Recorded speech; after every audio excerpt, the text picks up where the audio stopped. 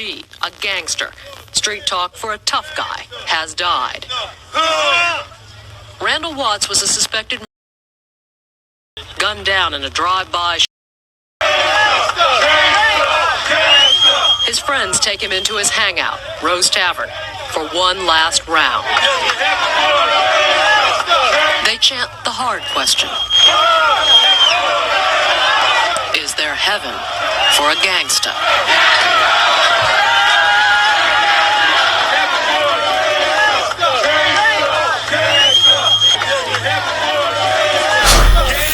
I would like to go in on a person by the name of Randall Watts, also known as Calliope Slim, who is the cousin of rap star Mr. Sirloin and the honorary cousin of the owner, CEO, and founder of No Limit Records, Master P.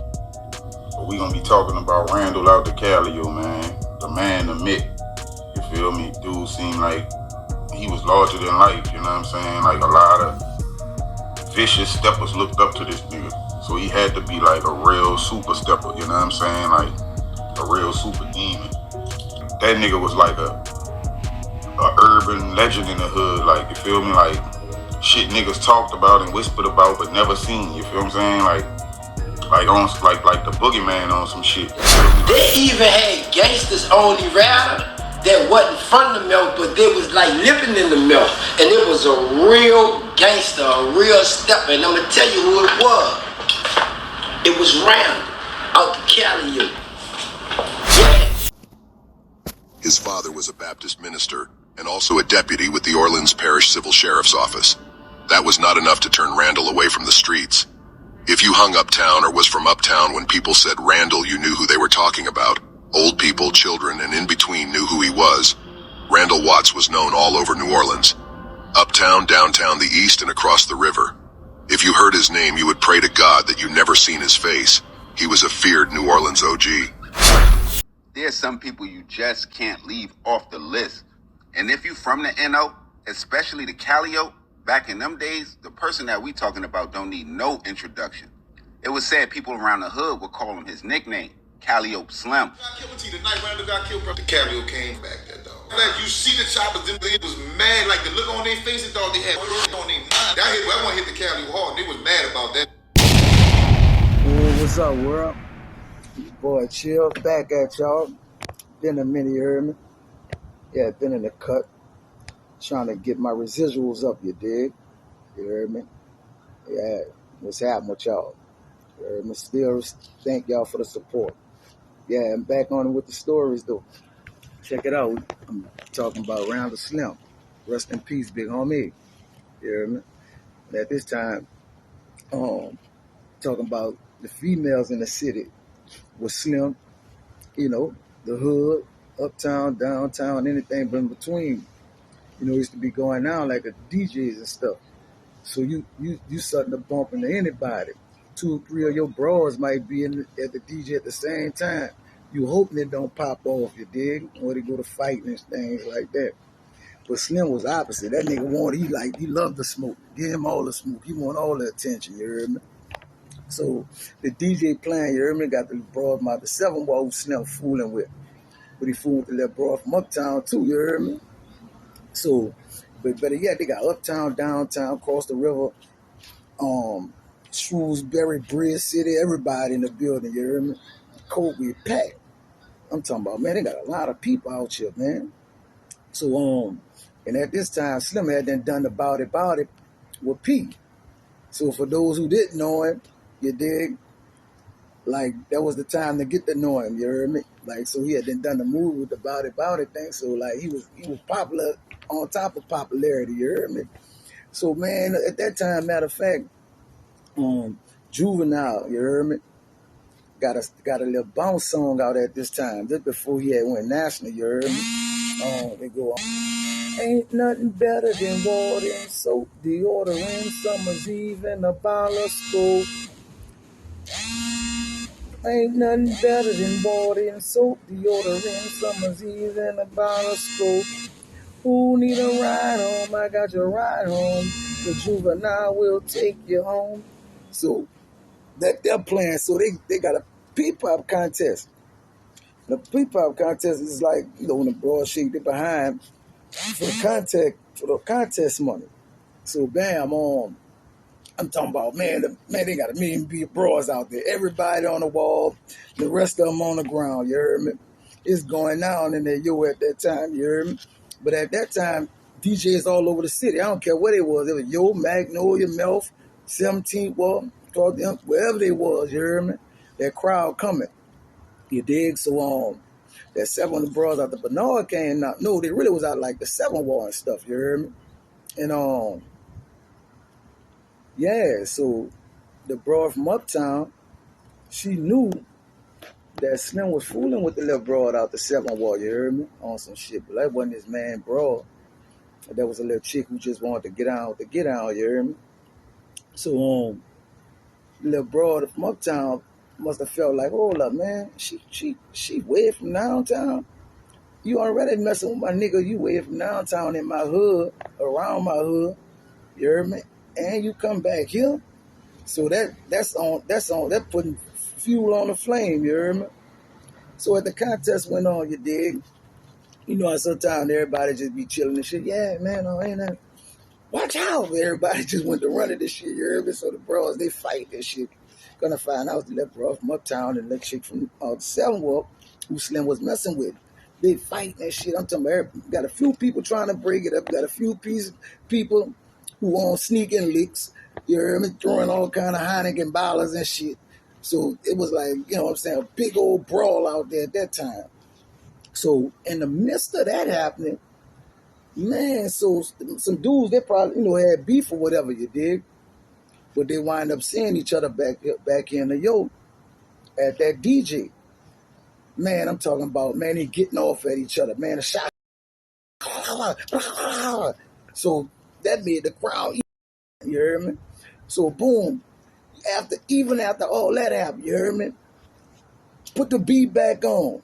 The DJ put the beat back on, you heard me? So boy, we back to normal. The police come now.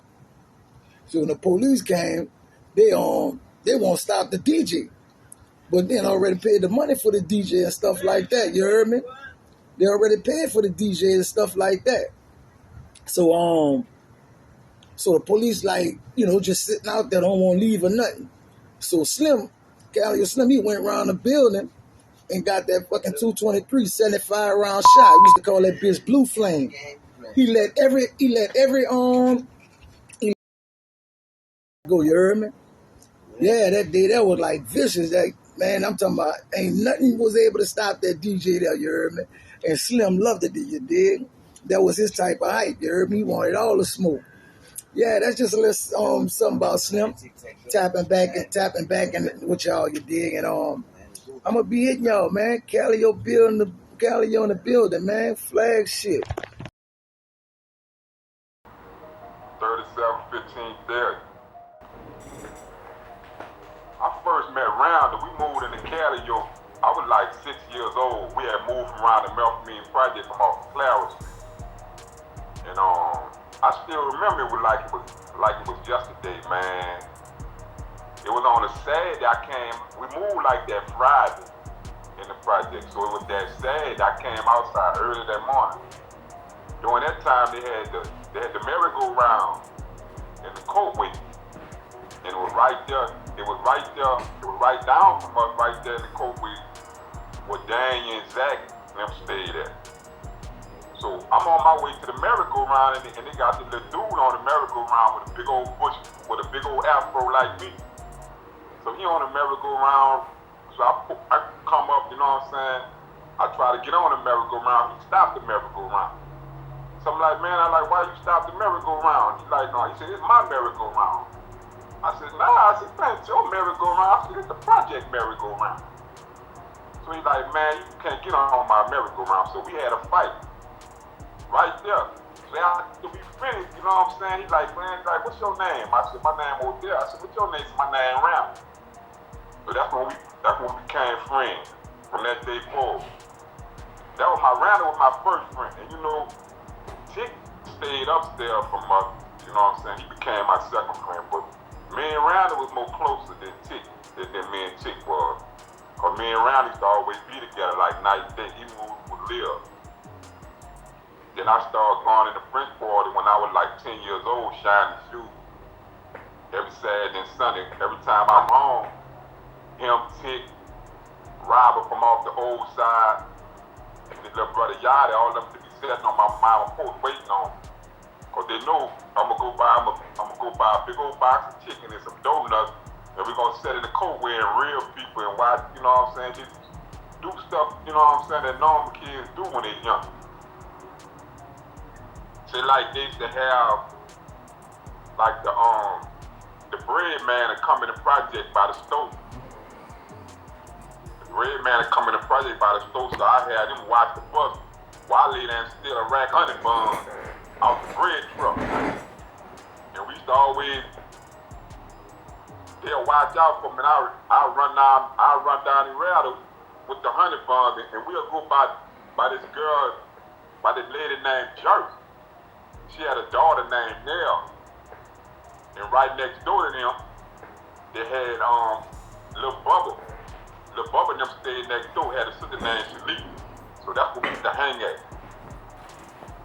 But it was like, I mean, Slim, man, I ain't gonna lie, man, that was my dog, bro. That was my heart. You know what I'm saying? That was like, you know what I'm saying? That was like my little brother, you know what I'm saying? Slim was like, I gotta dig to him. Slim liked it, the female. Whereas I was more like when I was young, I was more like, I wasn't chasing women like Slim was chasing women. I was chasing money. I was always hustling, breaking in houses and stuff like that. You know what I'm saying? Where Slim, you know what I'm saying, he was on the women, you know, he was on the girls, you know what I'm saying?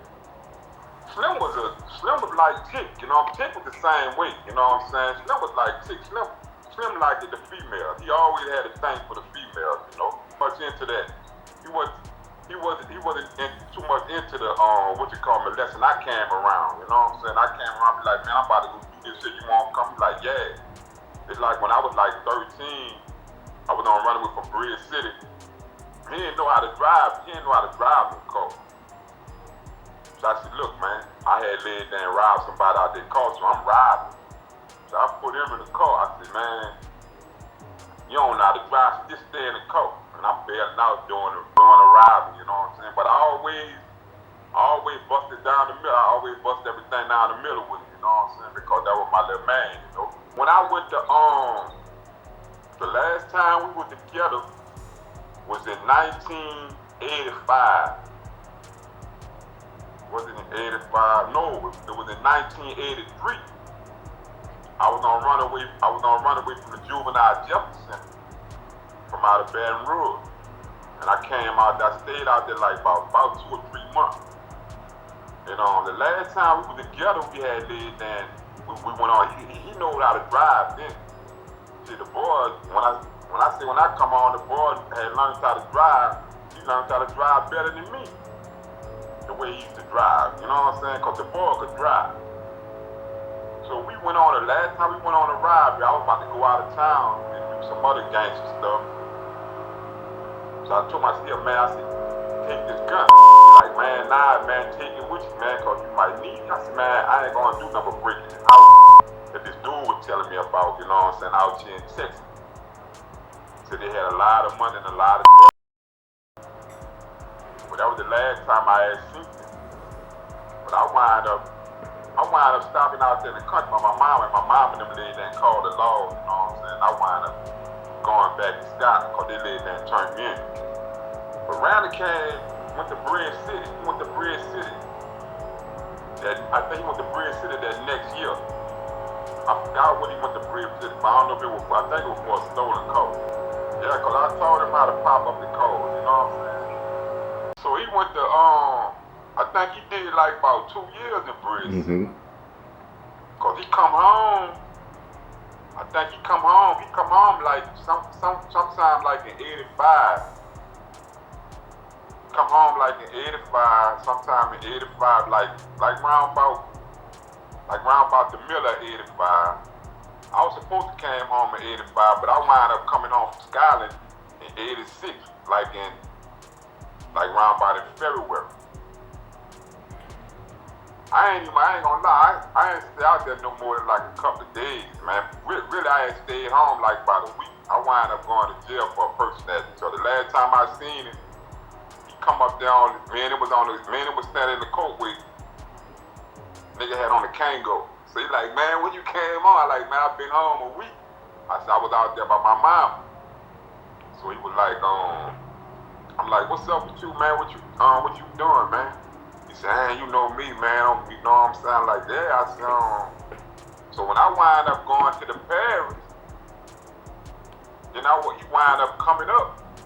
You know what I'm saying? I heard him and a little dude named Terrence from out the St. Thomas, they were running together. So they was doing their thing, you know what I'm saying? They got motorbikes, cars, and the little dude, Brian, his real name is Brian Steppa. He was from Calliope. All of them were running together, you know. We had went to me,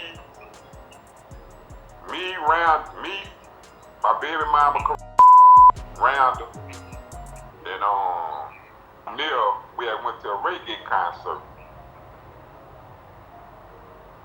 And while we was at the concert, somebody broke around the coat. Randall had a black Nova with some cracker rims on it that me and him then went stole from another car. And he had a little sound system we had got out the car, put in the car. So somebody broke in the car and stole the radio. So we found out that the little dude, the two of the crew now, was stealing radio, were breaking in cars, stealing radio. So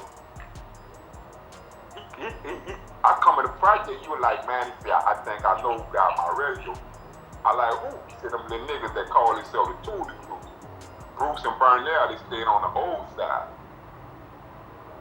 So I said, we gotta go get that. In fact, during the time we was standing on the porch by Bertha house, you know, that's where all the up there. So Oscar like give Odell a gun, you know, Odell. So we go over there, go through the cut. So we jam up little Bruce.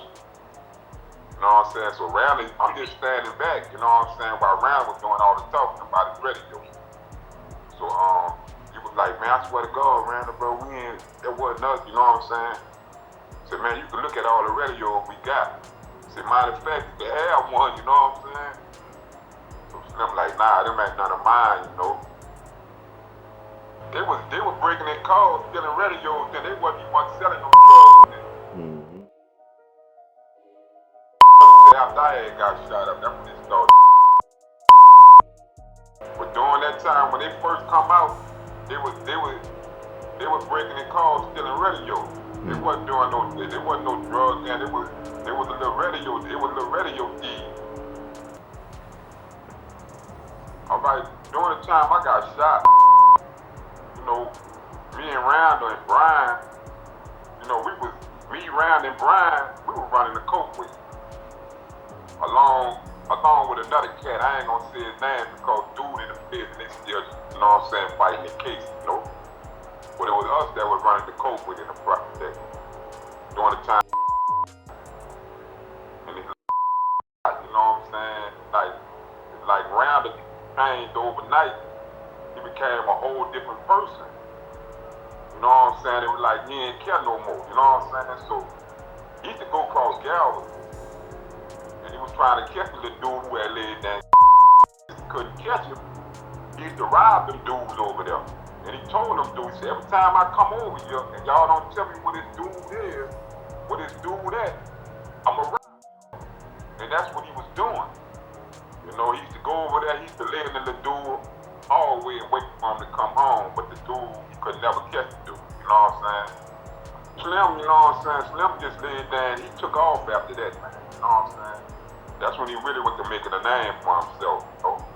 But he feel like, you know what I'm saying, this boy in the wheelchair, you know what I'm saying? So he got to step up to the plate. And that's what he did, you know what I'm saying? And that's when his name really went to ringing. And people had started feeling because, I mean, he was jacking, he was robbing everything that was moving, especially across Galveston. You know what I'm saying? Just one particular time he went over there, he didn't have his and the dude laid down cause dude seen my dog coming, figured my dog was gonna rob him, you know what I'm saying? But my dude ain't have told my dude, like, man, don't be going over there on Galvin without it. Cause you know them niggas over there, you know what I'm saying? Them niggas spook. And them niggas see you coming over, them niggas think you coming over to the jet. And that's just what happened, you know what I'm saying? That's what he got shot for. He got shot because nigga was scared. Nigga was scared he was coming over there to rob him, but that wasn't the case, you know what I'm saying? Most of all around the beast in the project was beefs about him, you know what I'm saying? It wasn't never no thing of when dude was laying there messing with him, it was him always going, you know what I'm saying, to take stuff from him.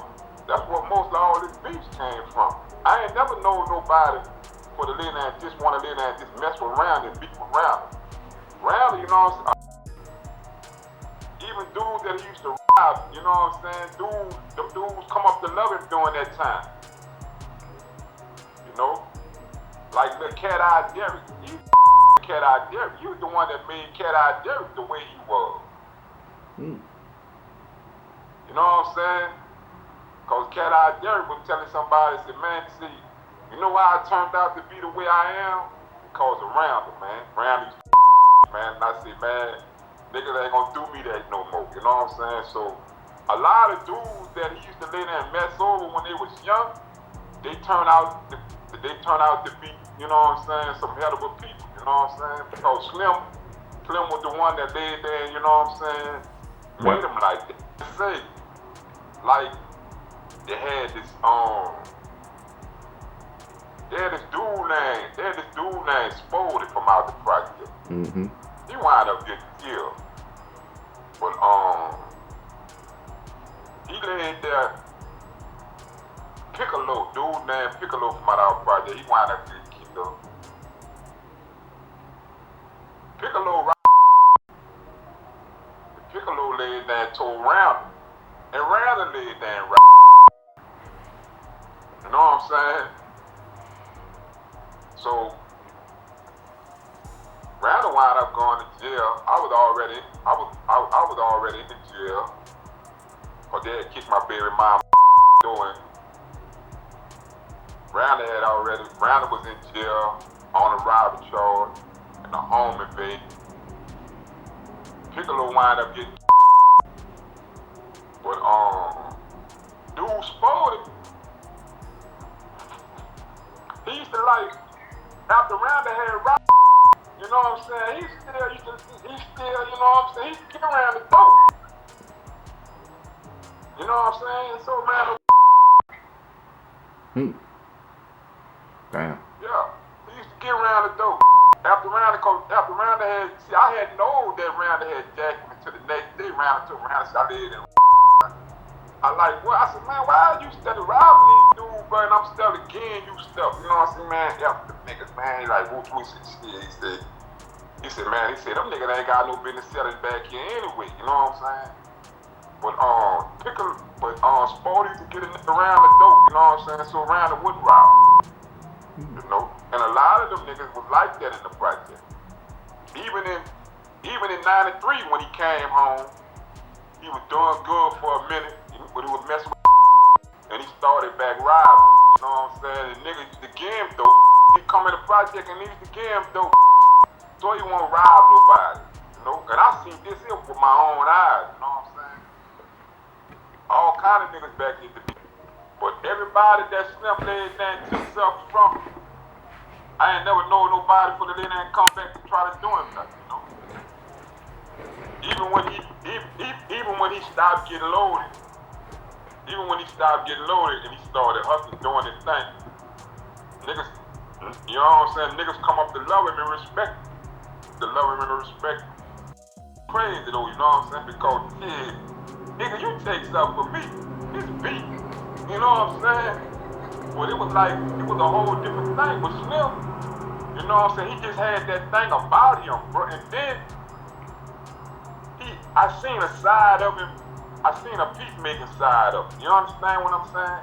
'Cause he come up to be the type of person, you know what I'm saying? Say like, if some beef go down, you know what I'm saying? And there's some people, and it's like some people that he associates with, I got love for, he'll lay there and swap, he'll go swap with people. Like, look, man, you know what I'm saying? This, whoop the whoop this, you know what I'm saying?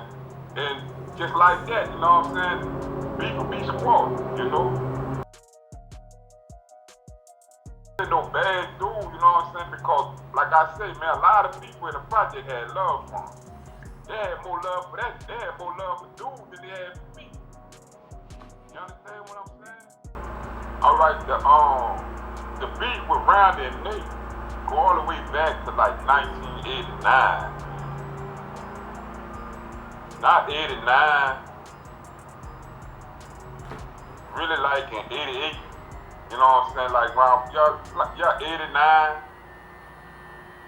Nate, all right, see, Randall was like me. Randall was able to go in, you know what I'm saying, all the projects, you know what I'm saying, people come from. And he had a close relationship with a hitter from out the Magnolia Project named with Lester Duplessis. You know what I'm saying? He was like an uncle to Randall, you know?